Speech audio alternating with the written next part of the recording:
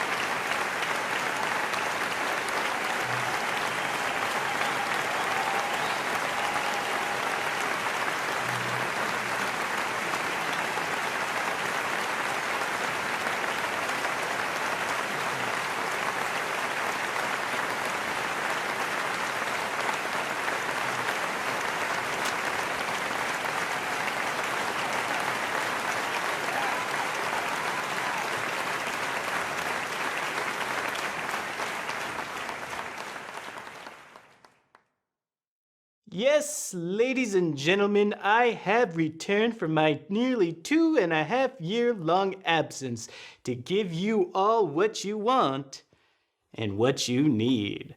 The word from on high has been heard, and that word is an emphatic yes. Yes, you will have more suave. So tell me, did you miss me?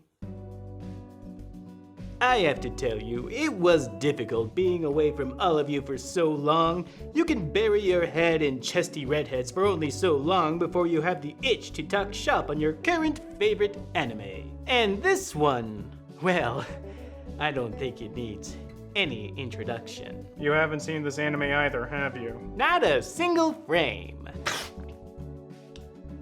Okay. Look, I have eyes and they can plainly see the front of the box. So it's obviously my kind of anime, so what's there to even wonder, so long as it delivers the goods? No, you're right. It is exactly what you think it is. So why the tone? Oh, why ruin the surprise now? We just barely got started. That's right.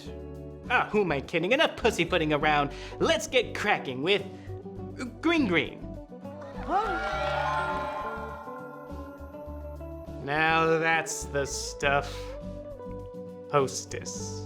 Much like the movies and shows that formed the foundation of my peerless childhood, our story centers around a group of young men just learning about themselves and the fairer sex. Much in the same vein as Porky's, Meatballs, Animal House, and American Pie, Green Green is ultimately a coming-of-age story. Giggity. But how can anyone come of age without the help of others, as these hapless nerds are about to learn when a bus full of girls from a nearby school arrive to share the semester with them here at this wooded and secluded summer camp / high school / pit of hormone-fueled iniquity? I just can't wait! That's right, and those pretty babies are gonna teach us the ABCs of love. I remember my summers spent secluded in the forest in the nearby park inside my cabin.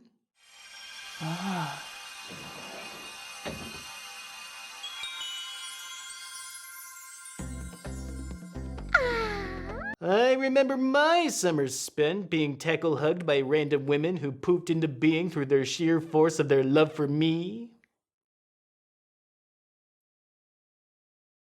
True story.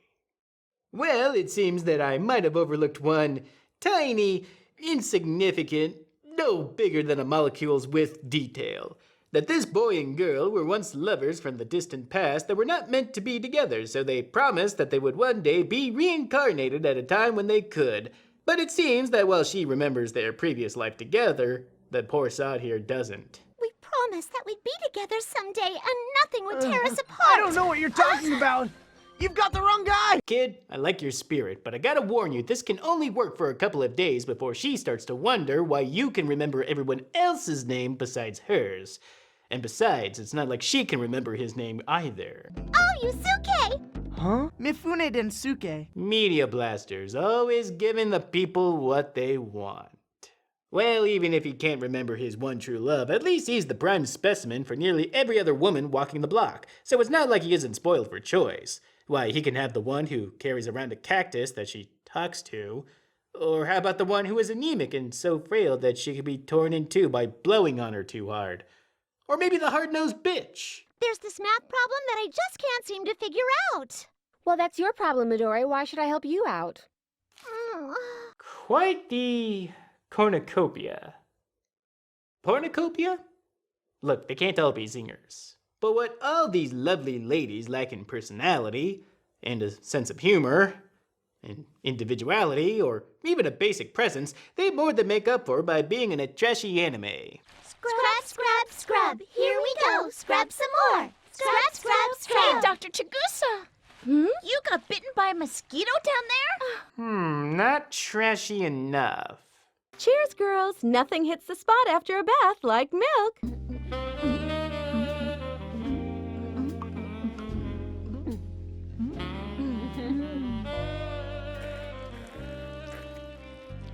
This anime is absolutely shameless. I love it. Hate to be the bearer of bad news, but you do remember that all of these girls are in high school, right? Ooh. Well, how about the girl's homeroom teacher? Certainly this teacher's pet's photos on your phone won't land you on some kind of list. I'm sorry, but I happen to be the health education teacher. Sunstroke, heat stroke, heart attack, muscle cramps. I have an obligation to stand by in case of a medical emergency. Besides, I think it's high time we give the older ladies their due. Older. She's not even pushing 40. For anime, she might as well be 70. And if all 70-year-old women looked like her, you wouldn't need me to tell you how mature women know what the hell they're doing. Oh sure, the fresh-faced, nubile beauties have their charms, but after the fifth or so time you've had to tell them no teeth, the charm is as lost as them trying to understand what refractory period means. If the woman you're trying to woo can have this kind of conversation and not even understand the double entendres involved. Yeah, she's been absolutely thriving since we got here, you know? It's like she broke her cherry and became a grown-up. Her cherry? Trade her in for an older model. As for me, well, give me an older broad who knows the ins and outs. Any day. So you're saying that if some 19-year-old college girl ever tried to come on to you, you'd tell her to hit the bricks, right? If she's not old enough to know what a tree star is, she's too young for you. Well, every lad needs to start with training wheels, so maybe it's a good thing that the girls here are freckle-faced wisps. Makes it easier for the hapless nerds here to get a clue. Because by the Lion of Ishtar, they need it. Good morning, everybody! Stay away from us! There's nothing like a good old splash of ammonia to get a girl's attention. Perhaps that wasn't strong enough. Let me try that one again. They need it. We're practicing taking boob prints. Boob prints. We got the idea from a fishing show on TV. Boob prints instead of fish prints. It's so we know the girls better. In all my years playing looky-loo with the anime that Sage has mucked through, I have never encountered such a desperate, nigh irredeemably dense group of hapless nerds. Ah! I'm telling you, nothing beats the taste of girl-flavored bathwater! And here I was, thinking that no man was beyond the grace of a woman's touch and love, until these three mouth-breathing, slobbering, dead-eyed troglodytes shambled into my purview. It never ends with this triumvirate of perpetual celibacy, if it's not the wannabe Lothario who thinks that reading a book makes him, well, me. And here's the best part. A crystal pendant that guarantees good fortune. Decked out like this, how can they resist me? That it's this knuckle-dragging Neanderthal who has issues. Big brother will spend the night right next to you, baby.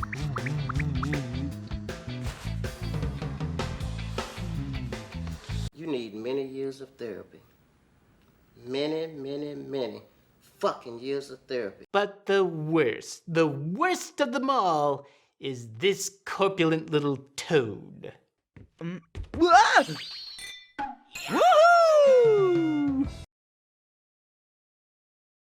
I feel attacked.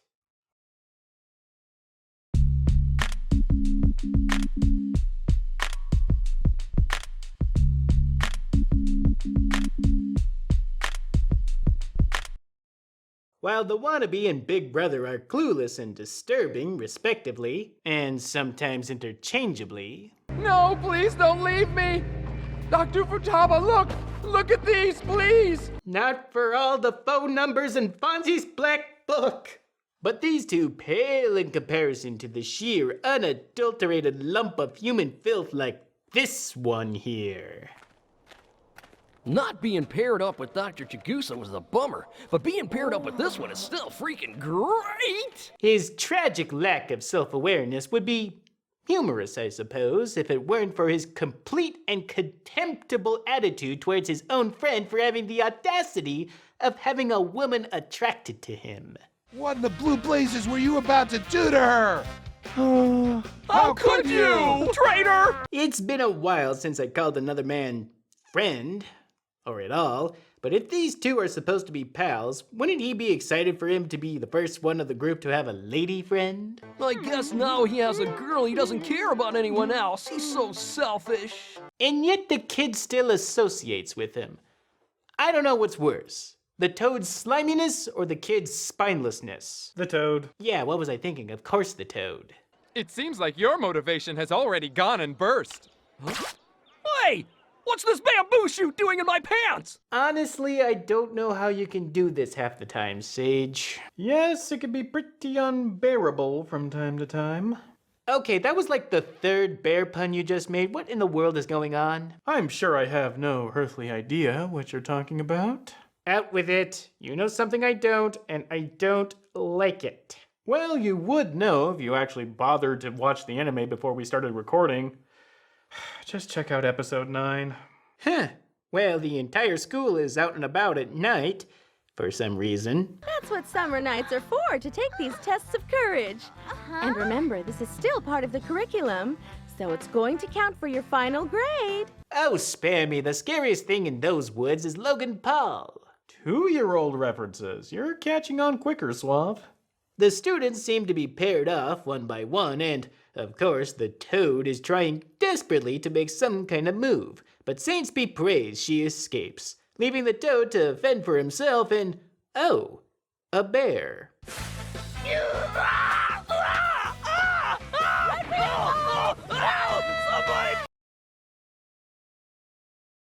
Look, I can barely speak Italian, so if you need to go to the hospital, you're on your own. How dare he? How dare he molest that poor bear? There he was, minding his own business in his home, and who should come along but this complete waste of carbon? The bear can't give consent, it can't voice its thoughts and wishes, all it can do is be a victim. By ramming his Ursine meat dagger into his surely cracked chocolate tunnel. The utter gall of him! All right. What? Don't tell me you're gonna try and play devil's advocate. No. Fuck that guy. Then what, pray tell, is it? Well, it's just sort of funny, you know, seeing you, of all people, get so worked up about a stupid fan service show. Now you understand why I stopped talking about this kind of crap. Yes. Clearly. So, what do you want to do now? Want to abandon ship, mon capitan? Sage, I always finish what I start. Even if she never finishes? That's a good one.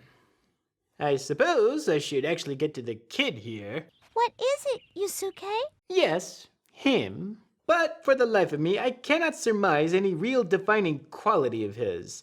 I know he exists because I'm looking at him, just as you are, but to describe his personality is tantamount to describing the color of beige. He is a mountain of mediocrity, a nigh insurmountable peak of dullness and featureless banality. I'm so happy that you're all right. Let's go home. Okay. If the kid were a potato chip, he'd be picnic shoestrings. If the kid were a liquor, he'd be non-alcoholic vodka. If the kid were an actor, he'd be Sam Worthington. Are you all right?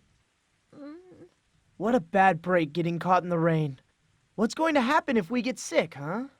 If the kid were music, he'd be those sound screens you find in doctor's offices. If the kid were pizza, he'd be gluten-free. If the kid were a TV show, he would be reruns of Jack. Are you getting my message yet?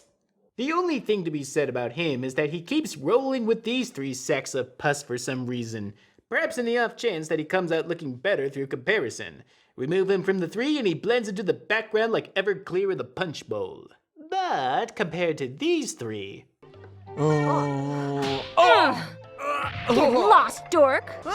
What happened to your hand? It's full of calluses. This hand has been my only comfort since I came to this place. No, this'll never do. What I want is to be your big brother, not your big sister, for Pete's sakes, and I said I! And he comes out smelling like Louis XIII cognac.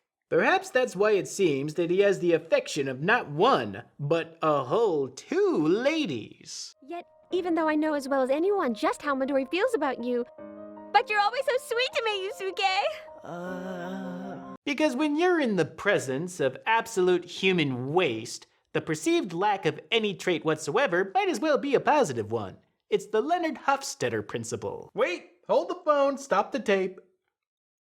You watch The Big Bang Theory. Sage, when you're in the dating game, you'll have to muck through a lot of mud to get to where you need to go. And speaking of, there's still an ending we have yet to get to. It's actually kind of hard to remember that this show actually has a plot.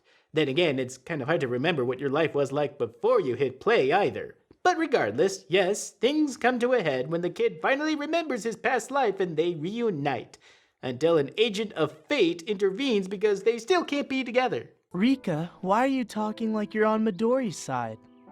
Maybe I failed as an agent of fate. Kid, I admire the gumption to hire somebody to pretend that they're from the future just so that you don't have to go steady with the girl. But come on, there's no way that she's going to... You came into the power when you crossed the boundaries of time. It's the light of life. It's what you need to survive in this era. Sarah. Wait, it's real? So, there's time travel in this sex comedy about a group of boys that couldn't get laid if they were stepping out of a Hawaiian airplane. And it all ends with the girl going back to her own time because she is dying for some reason, thereby erasing all the memories of her time during the summer and making all of this a complete waste of time. You're talking as if you're the only one who got himself a girlfriend, Yusuke. When your summer was just as lonely as ours, Mr. Head of the Welcoming Committee. Yep, I'm calling it dumbest anime ever made. Don't think that's yours to call, Suave. But yeah, it probably is. Look, I've made no secret about my affinity for the lewd and the crude, and with that comes a threshold of acceptable stupidity. I Dream of Mimi cleared this threshold. Golden Boy pole vaulted over it. Hell, even Aiken managed to just scrape over it. But Green Green? Nope. Nope. 1,000 times nope. I shall put it to you as plainly as possible. It has enough cheesecake for an entire 24-hour Golden Girls marathon. And it's still not worth the headache. And this is coming from me. It's insipid, unfunny, annoying, creepy, and downright heinous at points. And I'm just talking about the voice work. I think I died and went to heaven. This is great! Oh, Mitchell and Anthony dance the summer away. Our loincloths sport roses and frills. Green Green is the kind of sex comedy that makes you hate sex, comedy, and life. So instead of dwelling on this any further, I elect to get drunk, find a woman to spend the night with, and completely forget this anime ever existed and learn nothing from this entire experience. On brand as always. Exactly. Sage here will be back next time with another look at Tenchi, but until then, may all your glasses and beds never be empty.